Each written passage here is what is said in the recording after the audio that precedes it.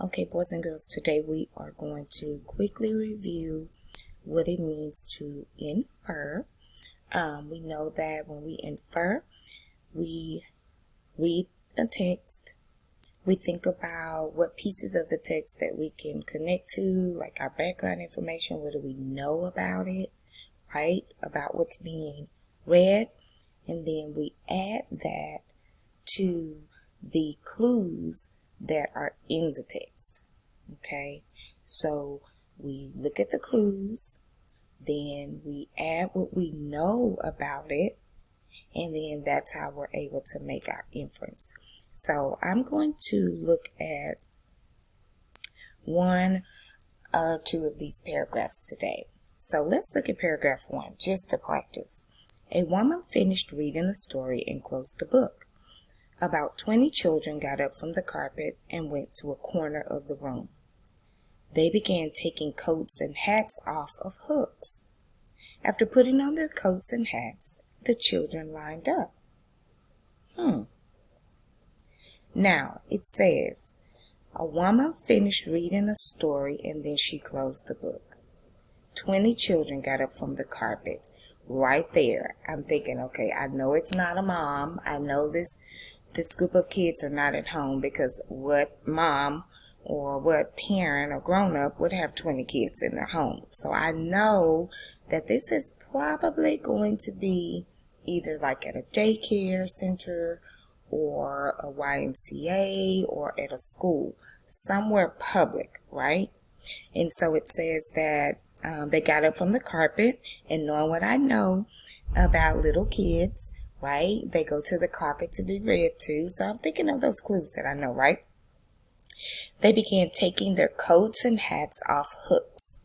And after putting on their coats and hats, the children lined up.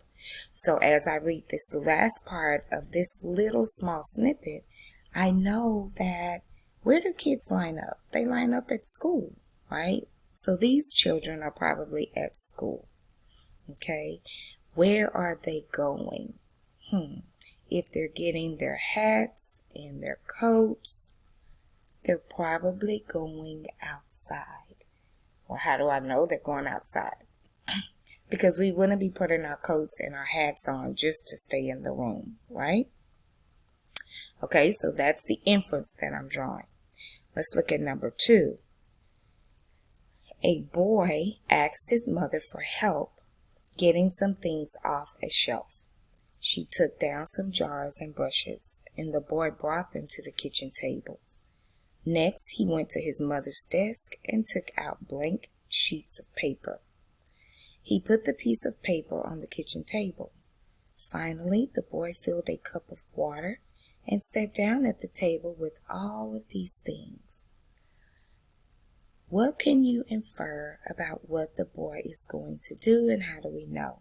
So again, let me go back and let me think about the clues that have been presented in this text. Some things on the shelf, jars and brushes. Right there, I'm thinking about brushes. Is he painting?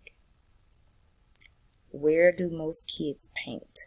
I know it's a kid because the boy asked his mom, right? So I know it's a kid. He couldn't reach it.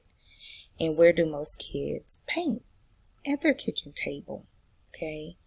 And so he's got blank sheets of paper. He filled a cup with water. What do I know about brushes? Cups of water. At the table. He's probably going to be doing some type of watercolor painting, right? So that's how I know. So next, I want you to try paragraph 3. Okay?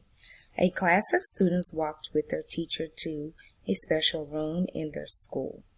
They sat down, and a woman came out to read them a story. After she read them the story, the children began looking around at the shelves of books. Each student chose one book. The children then lined up, and the woman scanned their books using a special computer. When everyone was finished, the children left with their teacher, and the woman stayed in the room. What is this woman's job, and how do you know? I want you to reread this again to yourself. And then I want you to come up with or make an inference as to what this woman's job is and how you know. And then we are going to discuss it here shortly.